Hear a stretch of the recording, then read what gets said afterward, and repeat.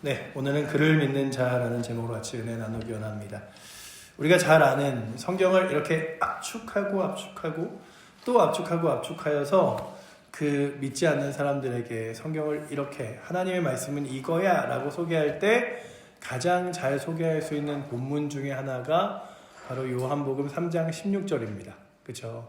하나님이 세상을 이처럼 사랑하사 독생자를 주셨으니 이는 저를 믿는 자마다 멸망하지 않고 영생을 얻게 하려 하심이라 라는 말씀, 이 말씀이 정말로 그 성경의 가장 핵심 중의 핵심인데, 근데 그 위에 절에도 아래 절에도 같이 보면 그를 믿는 자는 구원을 얻으리라는 단어들이 계속해서 나오며 주 예수 그리스도를 믿는 믿음이 가장 큰 능력임을 계속해서 강조합니다. 그러니 우리가 성경을 읽을 때요, 한 절만 딱 잘라서 읽는 건 뭐 외우는 건 유익한 점도 있지만 한편으로는 그것에 대하여 좀 잘못된 이렇게 전체 맥락을 보지 못하는 부분도 있습니다. 뭐 이런 거 있잖아요. 내 시작은 미약하나 나중은 창대하리라. 이런 구절들이 와 이거 진짜 너무 좋은 구절이다 하지만 사실은 이게 하나님의 말씀이 아니라 욥의 세 친구 중에 하나가 욥에게 너 다시금 회개하고 주 앞에 돌아오면 너의 시작점은 미약하나 하나님이 창대하게 하실 거야. 이런 얘기로 한 것이지 하나님이 너의 시작은 미약하나 창대하리라 말씀하신 장면은 아니에요. 그러니까 성경은 이 한 절 한 절을 보는 것도 중요하지만 전체 문장을 같이 보는 것도 굉장히 중요합니다. 그래서 성경 읽기를 하는 그 중요한 이유 중에 하나는 성경 전체가 무엇을 말하고 있는가라고 하는 것들을 보여주는 건데, 그 성경 전체가 말하고 있는 부분을 잘 설명하고 있는 부분 중에 하나가 요한복음 3장 16절이고요. 그 16절로 가는 과정 가운데 있는 것이 바로 오늘의 본문입니다. 오늘의 본문은 니고데모가 다시 태어나야 하나님 나라를 갈 수 있다라고 말할 때, 아니 그런 일이 우리 가운데 어떻게 있습니까? 도대체 다시 태어난다는 건 무엇을 말하는 겁니까? 그러자 너는 유대인의 지도자로서 다시 태어나는 것이 무엇인지도 모르느냐라고 질문하며 나아갑니다.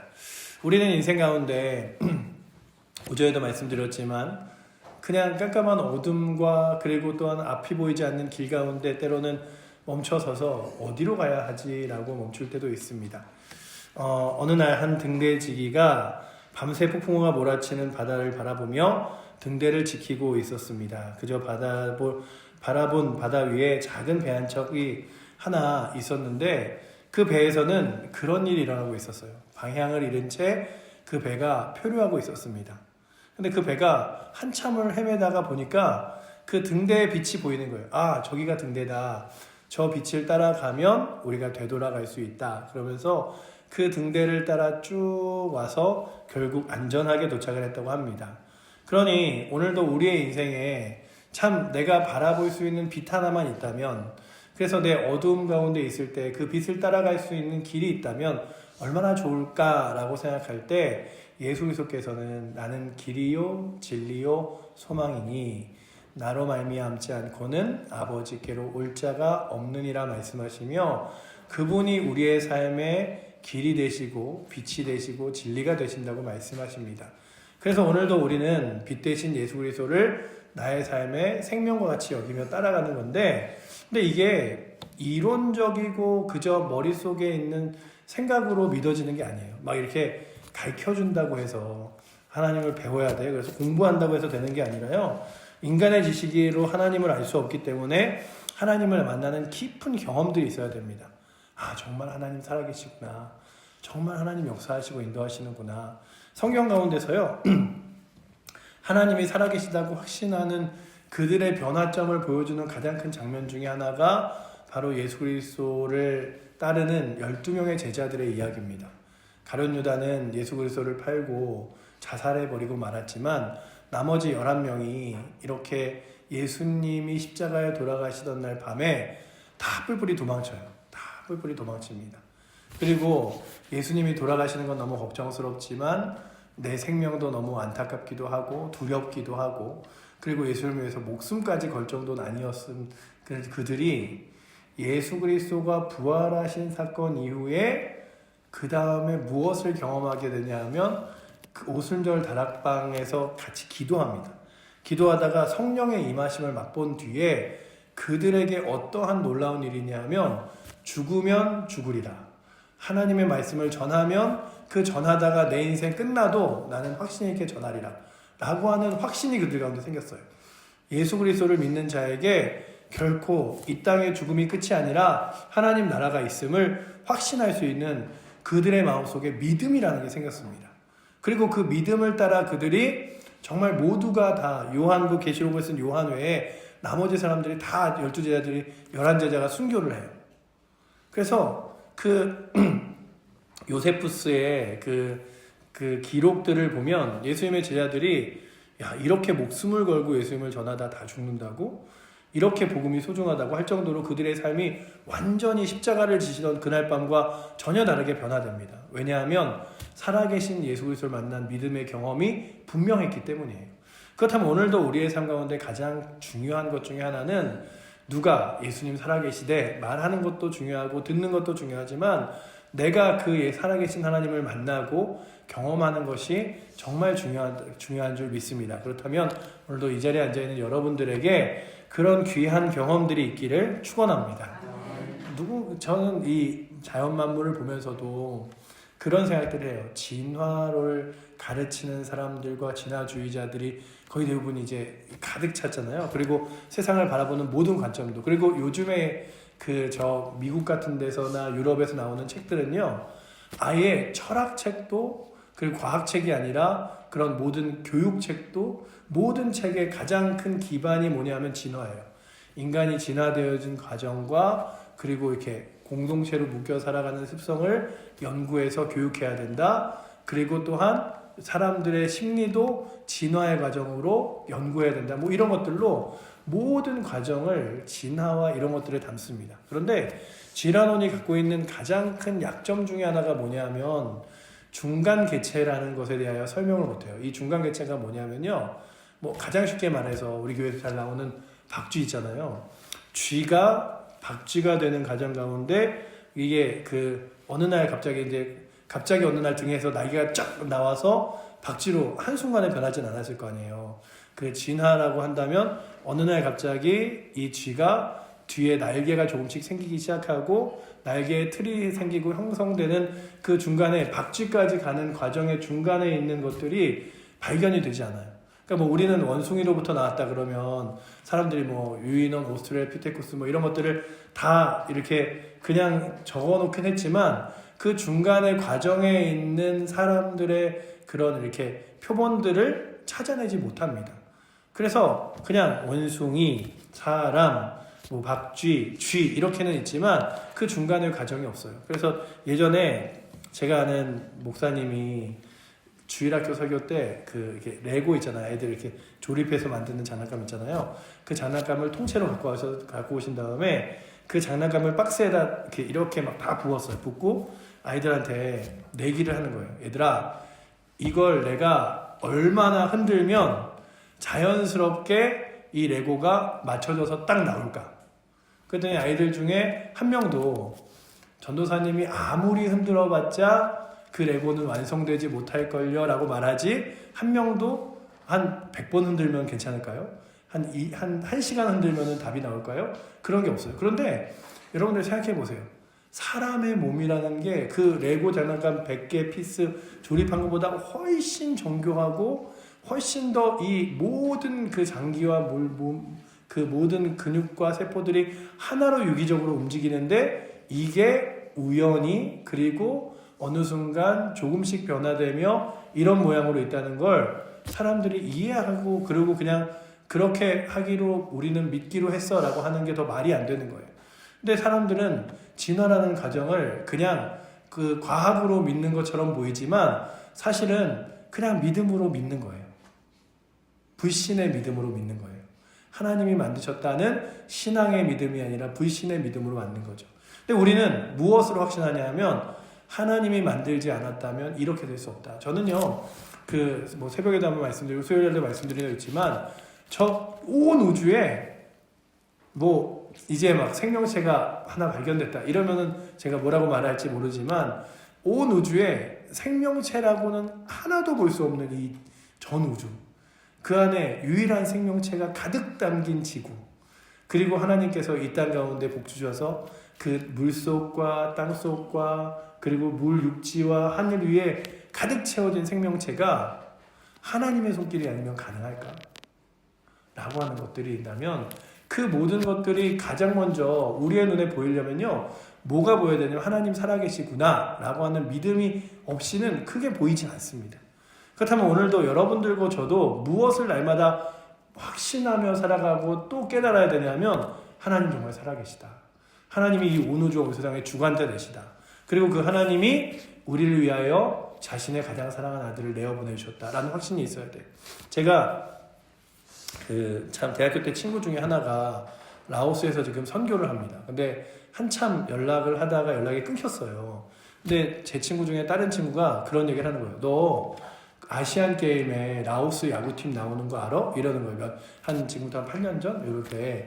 그리고 라오스 야구팀이 나오는데 뭐 어느 팀이 나오는지 난 별로 관심도 없는데, 그랬더니 그 야구팀의 총 팀장이 우리 친구인 누구야? 이렇게 얘기를 하는 거예요.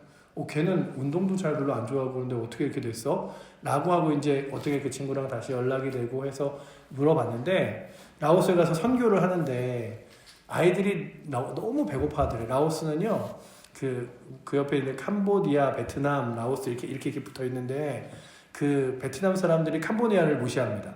아우, 저렇게 가난한 사람들 어떻게 살아? 이래요. 근데 캄보디아 사람들이 야, 그래도 우리는 이 정도면 괜찮지. 라오스 사람들은 저거 가난해서 어떻게 사냐? 이럴 정도로 정말 최빈국이에요. 근데 그 아이들에게 그냥 먹을 것을 구호 물품처럼 이렇게 주면 애들이 먹고 나서 끝이니까 얘네들한테 같이 모여서 예배도 하고 모임도 할 수 있는 매개체가 있어야 되는데, 예배를 드리거나 무슨 신앙의 훈련을 한다고 라오스는 모을 수 없기 때문에 뭘 하면 좋을까 하다가 대학교 때 친구들하고 했던 야구가 떠올라서, 그래, 야구를 해볼까? 그러면 나는 별로 야구에 대해서 잘 모르니까 그냥 이렇게 이쪽에서 애들 공 던지면 절로 던져라 일로 던져라만 시키면 되지 않을까? 이런 생각을 했대요. 근데 그 친구가 야, 근데 야구를 하려면 야구장이 있어야 되는데 그 당시에 라오스는 야구장이 하나도 없었습니다. 그냥 야구 자체를 하는 팀도 없었고 야구장도 없었어요. 그래갖고 그냥 기도하는 마음으로, 하나님, 제가 야구장을 하나 짓고 싶은데 그 야구장을 좀 짓고 야구팀을 개설하게 해주세요. 그리고 선교를 보낸 그 교회에게 요청을 했대요. 야구장을 짓고 싶습니다. 그리고 야구를 통해서 아이들을 훈련시키고 또 신앙을 훈련시키고 싶습니다. 그랬더니 도대체 그 야구장을 듣는 것부터 비용, 그리고 야구를 전문적으로 가르치는 사람이 있는가라는 여러 질문에 도대체 대답을 할 수 없어서 보낸 그 교회에게 선교비를 하나도 못 받았대요. 그래갖고 이거 어떻게 하지? 하나도 지원을 못 받았는데 야구공 하나, 테니스공 몇 개 들고서는 할 수 없잖아요. 그리고 야구팀이다 말할 수 없으니까 이러고 있는데, 그러면서도 그냥 기도하는 마음으로 공터가 있었대요. 그 뒤에 이제 그 선교지 옆에 공터가 있었는데 걷다가 야구장을 하려면 이렇게 하면서 그림을 그리면서 친구가 그 자동차가 고장 나갖고 자동차 수리점에 갔다고 합니다. 그래서 자동차 수리점에 가갖고 그냥 거기 수리하는 동안에 야구장을 혼자 막 그리는 거예요. 그랬더니 옆에 있는 사람이 한국 사람인지 지금 뭐 하시는 거예요? 그랬고 그냥 제가 여기서 야구장 하나를 만들고 싶은데 그냥 뭐 그림을 그려보는 거예요. 그랬더니 그 사람이 혹시 시간 되시면 내일 명함을 주면서 이 주소로 좀 찾아오라고, 그래서 명함을 주더래요. 근데 한 번도 만난 적도 없고 한 번도 뭐 이렇게 본 적도 없는 사람에게 찾아간다는 게 별로 이렇게 탐탁지도 않고 무서워서 어떻게 갈까 하다가 자기 애를 하나 데려가고 그 애를 데려가서 그래도 얘 때문에 나를 혼자 붙잡아가서 이렇게 인신매매로 팔진 않겠지 이러고 갔대요. 갔더니 자기가 이 라오스에서 몇 년을 사업을 하다가 이제 그 사업터를 떠나려고 그러는데, 그래도 라오스에서 사업한 그런 이렇게 재정도 있고 그리고 또한 인맥도 있어서 마지막으로 내가 남은 돈들을 뭘 하고서는 라오스에서 떠날까 하다가 그 야구장을 보고서는 내가 이 야구장에 후원을 좀 해줄까? 이런 생각이 들어서 불렀다 그러면서 돈을 내기 시작했어요. 그래갖고 그 후원금과 함께 그분이 한국에서도 후원할 사람들을 찾아주셔서 라오스에 야구장이 지어졌어요.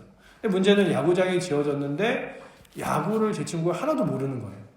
아이들은 이제 배고픈 아이들 와라. 가장 가난한 아이들부터 야구를 가르치겠다. 근데 제 친구의 목적은 야구는 차선이고 아침에 모여서 예배 드리고 점심에 예배 드리고 저녁에 예배 드리고 애들을 믿음의 사람으로 키워야겠다. 이런 마음으로 하는데 그래도 야구를 가르친다고 말했으니 야구를 가르쳐야 되잖아요. 그래서 이걸 어떻게 하나 하고 또 기도하고 있는데 갑자기 그 생각이 들더래요. 이만수라는 사람이 감독이 예전에 예수 믿는다는 얘기를 들어본 적이 있다. 그래서 막 인터넷 쳤더니 전화번호 하나 없고 이메일 주소가 하나 있더래요. 그래서 이메일에다가 이만수 감독에게 막 편지를 썼대요.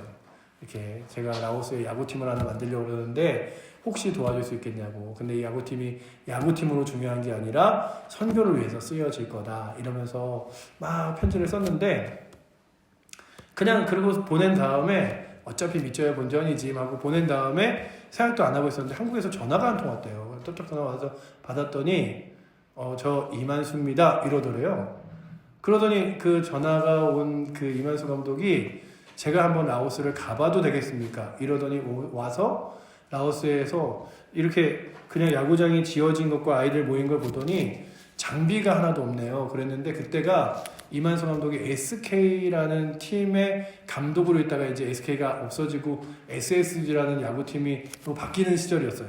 그래서 그 SK에서 있었던 야구팀의 장비들이 다 고스란히 남아서 이제 버려질 지경이었던 거를 막 컨테이너로 몇 대를 갖고 와갖고 아이들한테 주고 그로부터 야구가 시작된 거예요. 그리고 야구가 시작되고 그러고 나서 국제적으로 정식으로 이제 막 이렇게 등록을 하고 이렇게 하자 막 이러는데 그 갑자기 이만수 감독이 그럼 우리 한번 아시안 게임도 나가 보시죠. 아이들 좀 그래야 여기 라오스에 있는 사람들이 훨씬 더 많이 지원하지 않겠습니까? 이런 얘기를 해갖고 어떻게 연결이 돼서 아시안 게임을 나가려고 봤더니 그러니까 심판이 있어야 국제대회를 나갈 수 있대요. 그냥 야구 몇 명 친구들이 던진다고 국제대회를 나갈 수는 없으니까. 근데 이만수 감독이 그 전전주쯤에 그 아이들한테 이렇게 스트라이크 아웃 이런 거 가르쳐 준다고 심판 한 두세 명을 데리고 와갖고 옷도 한번 입혀보고 사진도 찍고 그리고 하는 장면들을 보여주고 사진도 찍고 그런 게 있어서 그거를 증명사진으로 냈더니 오케이가 됐대요. 그래서 아시안게임에 제 친구가 나가게 됐는데 제가 그 1년의 과정들을 이렇게 들으면서 야 진짜 이게 사람이 생각하거나 뜻한 바로는 되지 않는 아니 아무것도 없는 풀밭에 야구장이 세워지는 것도 아무것도 없는 그 야구장에 야구 장비가 들어오는 것도 그래서 지금은 라오스의 야구팀이 한 3-4개 있는데 그 3-4개 전체의 총 그 야구팀의 그 우리나라 그 전체 대표 이런 사람으로 제 친구가 있어요. 맨날 웃기게 저랑 친한 친구인데 라오스 전체 야구팀 하니까 얘는 야구도 모르는 애인데 어떻게 있지 뭐 이러는데 그 아이가 늘 속상해하는 것 중에 하나는 이렇게 야구팀이 너무 커지다 보니 선교와 복음에 대해서 좀 더 뜨겁게 전하지 못하는 게 좀 아쉬운데 그런데 늘 그 과정들을 생각할 때마다 보는 건 하나님이 살아계시지 않으면 이건 불가능하다 이런 거예요. 그러니 오늘도 제가 여러분들에게 설명해드리고 싶은 건 우리의 삶을 살아가면서 우리도 때때로 누군가의 간증을 통해서 나의 경험을 통해서 무엇을 깨닫게 되냐면 하나님 살아계시다 라고 하는 거예요. 그거는요 그저 오랫동안 이론으로 배우고 들어왔다고 되어지는 문제가 아닙니다. 지식으로 하나님 나라를 이해할 수 없습니다. 그것은 하나님께서 은혜 주시고 믿음의 눈이 열려야 하는 것이에요. 그렇다면 오늘도 여러분들에게 은혜 주시고 믿음의 눈이 열려 정말로 하나님과 하나님 나라를 바라볼 수 있는 눈이 있기를 축복합니다. 아멘. 야 그런 일이 우연도 어떻게 그런 우연이 있지? 그러지만 어떤 신학자가 얘기했잖아요. 기도하지 않는 자에게는 우연도 일어나지 않는다. 하나님 역사하시기 때문이죠. 그렇다면 하나님 살아계심을 뜨겁게 확신하고 믿음으로 나아갈 수 있는 사람들이 정말 여러분들이 되었으면 좋겠고 우리 칠보제교회 모든 성도들이 되기를 원합니다. 왜냐하면 그 하나님 살아계심을 맛봐야 우리의 신앙과 삶이 흔들리지 않아요. 아 정말 하나님 살아계시구나. 하나님 이렇게까지 역사하시는구나. 좀 때때로 요동할 때도 있죠. 믿음이 흔들릴 때 확신하지만 그래도 불구하고 좀 나태해질 때도 있죠. 하지만 마치 하나님의 살아계심을 확실히 믿으면 우리 가운데 강력한 심지가 하나 생기는 것 같아요. 그래서 마치 그 아이들 넘어지는 이런 그 장난감 있잖아요. 네, 그런 장난감처럼 그냥 때로는 넘어지는 것 같아도 다시 발딱 일어서고 또 넘어지는 것도 발딱 일어서서 오뚜기가 되는 거예요. 그렇다면 제가 아주 어릴 때 그 오뚜기 장난감을 이렇게 넘어뜨리고 세우다가 너무 신기해서 야 이건 도대체 어떻게 만드는 거지 하고 이렇게 칼로 이렇게 한번 열어보고 닫아야지 해도 부서뜨려 본 적이 있어요. 딱 부시는 순간 너무 실망스러웠어요. 왜냐하면 되게 대단한 장비가 있을 줄 알았는데 그냥 이렇게 돼 있는 오뚜기 맨 마지막에 무거운 추 하나가 딱 달려있더라고요. 이게 뭐야? 이걸로 이게 돼? 이랬는데 그 무거운 추 하나가 그 오뚜기를 넘어지지 않게 하듯이 여러분들의 심령에 계신 살아계신 하나님에 대한 믿음의 확신 그리고 하나님의 살아계심의 확신이 여러분들을 결코 넘어지지 않게 할 줄 믿습니다. 그래서 그 확신이 있어야 돼요. 그 경험들이 있어야 돼요. 그리고 그런 확신과 경험으로 나아가야 되는데 니고데모는 지식으로 믿었어요. 그래서 알 수 없었죠. 그래서 예수님이 책망하신 거예요. 야, 너 그렇게 지도자라 그러면서 아무것도 알지 못하느냐라고 말하는 거죠. 히브리서 11장 6절은 이렇게 말합니다.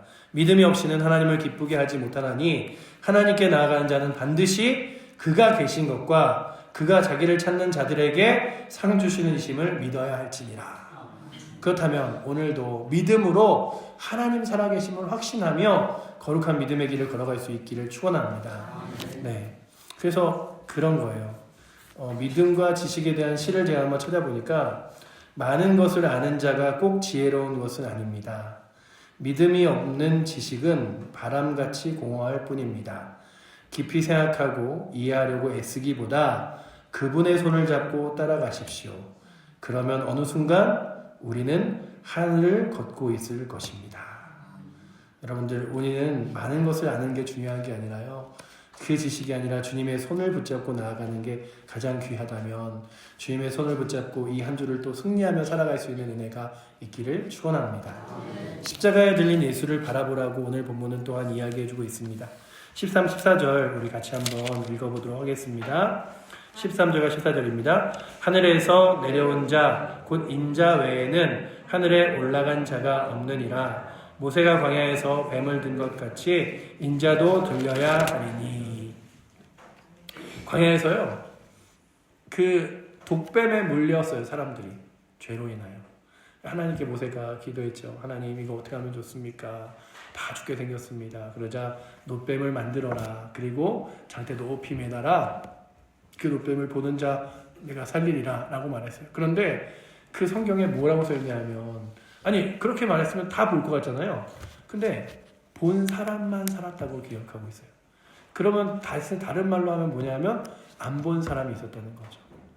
아유 힘든데 뭐 놋뱀까지, 내가 지금 아파 죽겠는데 뭘 놋뱀을 보러 거기까지 나가. 내가 아파 죽겠는데 무슨 놋뱀을 봐. 뭐 이런 거예요. 그런데 오늘 우리가 이 땅을 살아가면서 사람들에게 이야기하는 게 힘드십니까? 어려우시죠?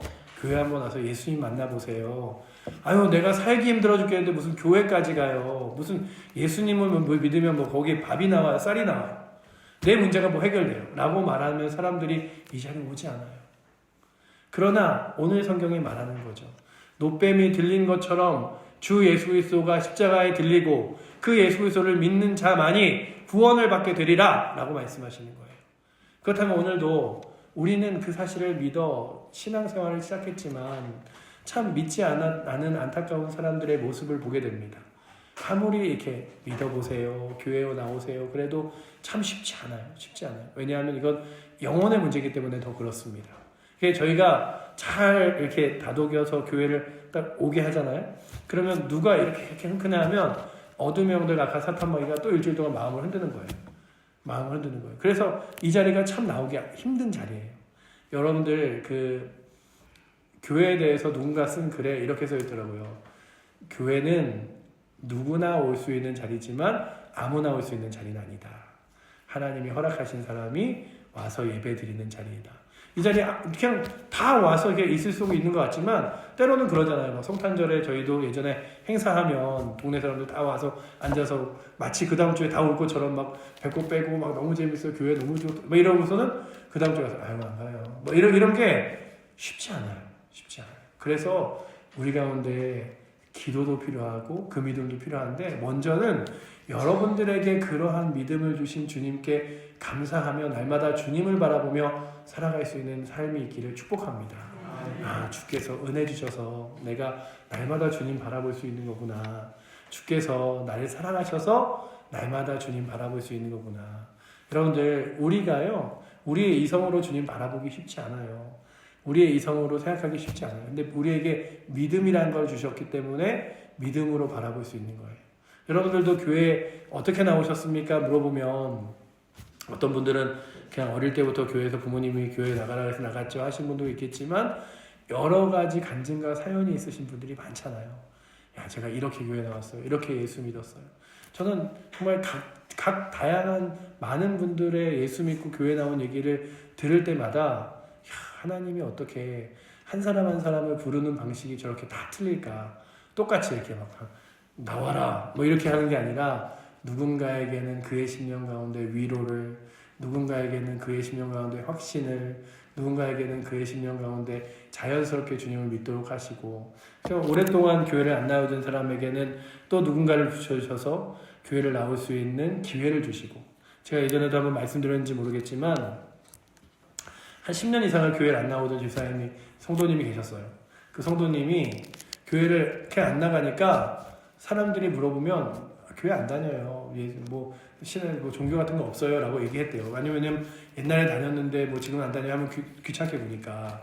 근데 진짜 친한 사람 중에 하나가 꾸준히 매년 전도 행사를 하는 교회였는데 봄 가을이면 선물 박스를 갖고 오면서 이번에 우리 교회 한번 와야죠 이러는데, 거절도, 그분이 그렇게 얘기했어요. 거절도 몇 년이지 10년을 거절하다 보니 너무 미안해지더라. 그래서 여러분들, 만약에 교회를 오시는데 이제 누가 민망하냐의 싸움이에요. 여러분들이 교회 나오시라 할 때 그냥 너무 입으로만 하지 마시고, 때로는 이렇게 뭐 이렇게 과자 하나, 뭐 이렇게 과일 하나라도 들고 와서 아유 잘 지내냐 그러면서 교회 한번 오시라 그러는데, 그게 누가 아유 내가 한 10번 했는데 이래도 안 넘어가는데 아우 민망해서 이제 그만 가야지 이러느냐, 아니면 그쪽에서 아우 이제 민망해서 한 번은 가줘야지 이러느냐의 싸움인데, 그래서 10년을 나오라고 그래서 10년을 거절하고 그랬는데 마음속에 그러대요. 어느 순간 야 내가 10년을 거절했는데 한 번은 나가줘야지. 그러니까는 그런 거 있잖아요. 한 번은 나가줘야 그래도 그 다음에 나 저번에 갔잖아 라고 하는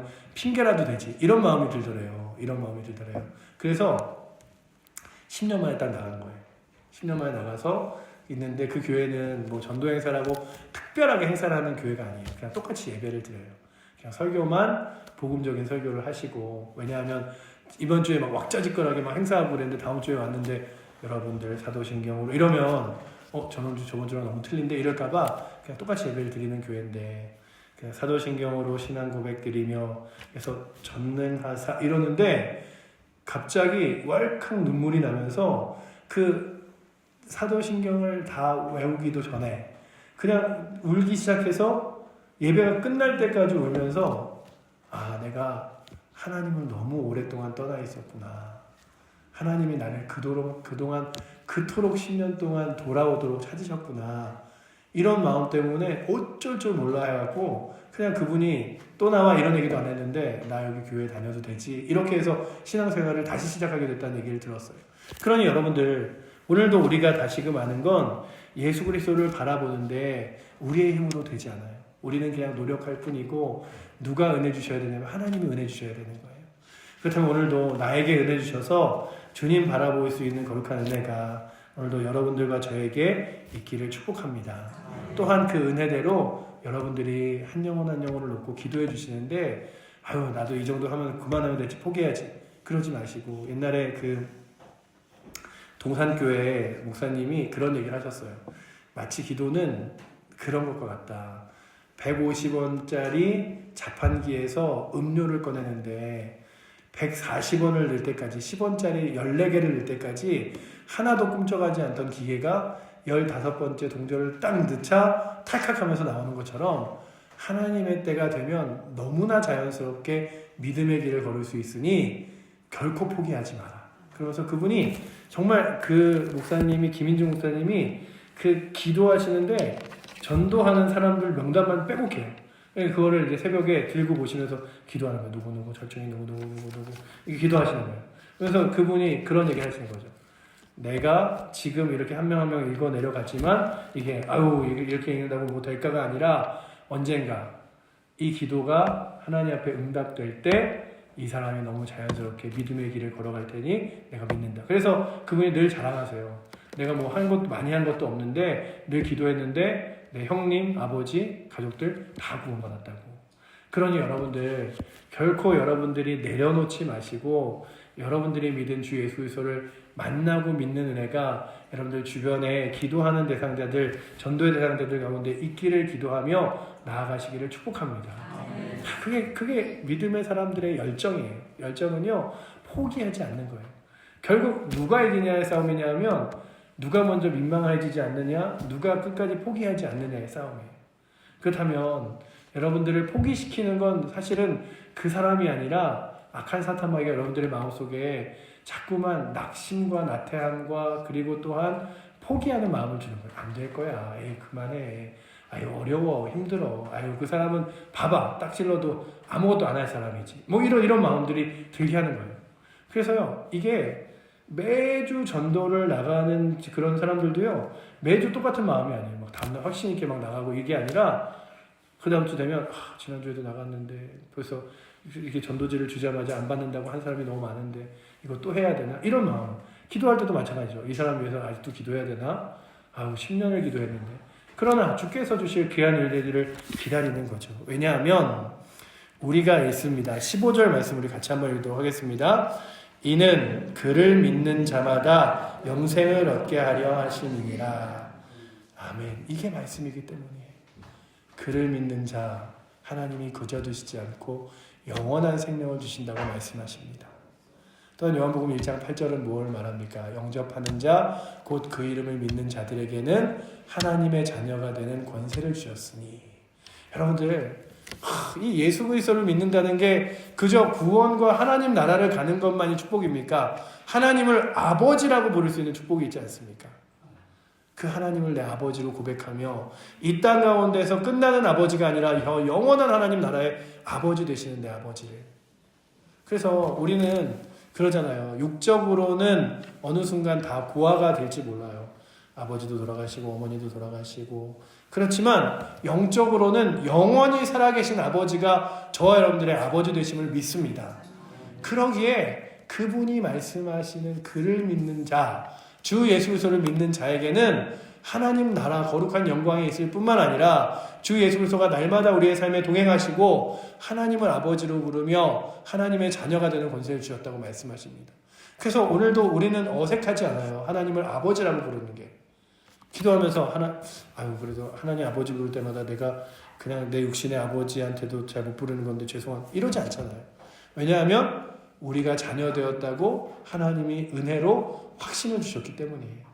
그렇다면 그 믿음 그대로 우리가 저 하나님 나라 천국을 소망하며 갈 수 있다면 이것이 너무나 중요해요. 그를 믿는 자마다 영생을 얻게 하려 하십니다. 예수 그리스도를 믿지 않는 자, 반대로 말하면 뭡니까? 그를 믿지 않는 자는 어떠한 사람이라도 영생을 얻지 못한다고 써 있는 거잖아요.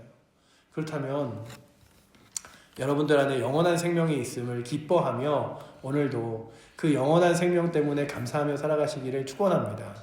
이게 우리가 갖고 있는 가장 큰 기쁨이에요. 내가 세상에서 조금 사람들한테 욕먹을지라도 때로는 내 삶 가운데 좀 일이 잘 안 될지라도 재정이 없을 때 건강하지 않을지라도 걱정 없어. 나한테는 영원한 생명이 있거든. 이게 마치 그런 거예요. 그 돈은 하나도 없는데 통장에 돈이 딱 많아갖고 딱 이런 거죠. 지금 현찰이 없어서 막 이렇게 누가 햄버거 사 먹는데 누가 피자 사 먹는데 누가 맛있는 거 먹는데 못 먹어요. 근데 이게 그런 거 있잖아요. 돈이 없는데 못 먹는 거랑 돈이 있어서 나중에 사 먹으면 되지. 나중에 하면 되지. 이런 거는 틀리잖아요. 근데 우리에게는 무엇이 있냐 하면 나에겐 영원한 하나님 나라가 있는데 뭐 지금 부족하면 좀 어때? 괜찮지. 그래서 너그러움이 나오고 그래서 사랑할 수 있는 마음이 나오고 그래서 기뻐하며 살아갈 수 있는 거예요. 우리 입구에다가 항상 기뻐하라, 쉬지 말고 기도하라, 범사에 감사하라 써놓아 이렇게 말씀으로 이렇게 적어놨는데요. 봄이 돼서 봄같이 해놨는데 정말 여러분들의 마음에 내가 기뻐할 게 아무것도 없는 데가 아니라 영원한 하나님 나라가 있는데 내가 어떠한 환경이라도 기뻐할 수 있지. 하나님이 나의 아버지 되시는데 기도하면 되지. 그리고 그 하나님이 나와 날마다 함께 하시는데 감사하며 살아가야지. 이런 확신으로 날마다 살아가시기를 축복합니다. 그게 우리 가운데 주신 은혜예요. 그냥 우리에게 마치 보험의 결과처럼, 믿음의 결과처럼 천국만 있다. 주권, 주님이 오시던 간에 천국 갈 수 있다. 이게 아니라 우리의 삶을 완전히 뒤바꾸셔서 하나님 거룩한 자녀로 삼으시는 것이라면 오늘도 그 믿음을 가지고 살아갈 뿐만 아니라 그 믿음이 없는 이들을 정말 안타깝게 여기고 기도해 줄 수 있는 은혜, 그리고 또한 그들에게 하나님 나라를 전해 줄 수 있는 은혜가 우리 가운데 있기를 축원합니다. 이게 뭐 방법도 지혜도 중요하지만 가장 먼저는 마음이 중요한 것 같아요. 내게 나만 믿으면 됐지, 이게 아니라 참 함께 늘 같이 웃으며 소중하게 생각하는 사람인데 그 안에 믿음이 없다면, 그 안에 주를 향한 하나님 나라와 소망이 없다면 언젠가 영원히 헤어질 사람들이 그들을 그냥 어쩔 수 없지 뭐 이게 아니라 안타깝게 여기고 기도해 줄 수 있는 은혜도 이 자리에 있어서, 먼저는 여러분들이 그 믿음의 확신 안에서요 항상 기뻐하시고 범사에 감사하시고 쉬지 말고 기도하시며 살아가시고, 그 기쁨과 감사함과 그리고 기도함으로 또한 믿지 않은 영혼들에게도 복음을 전할 수 있는 은혜가 오늘도 이 자리에 나와 있는 여러분들과 저에게 있기를 축원합니다. 기도하겠습니다. 사랑의 하나님, 감사합니다.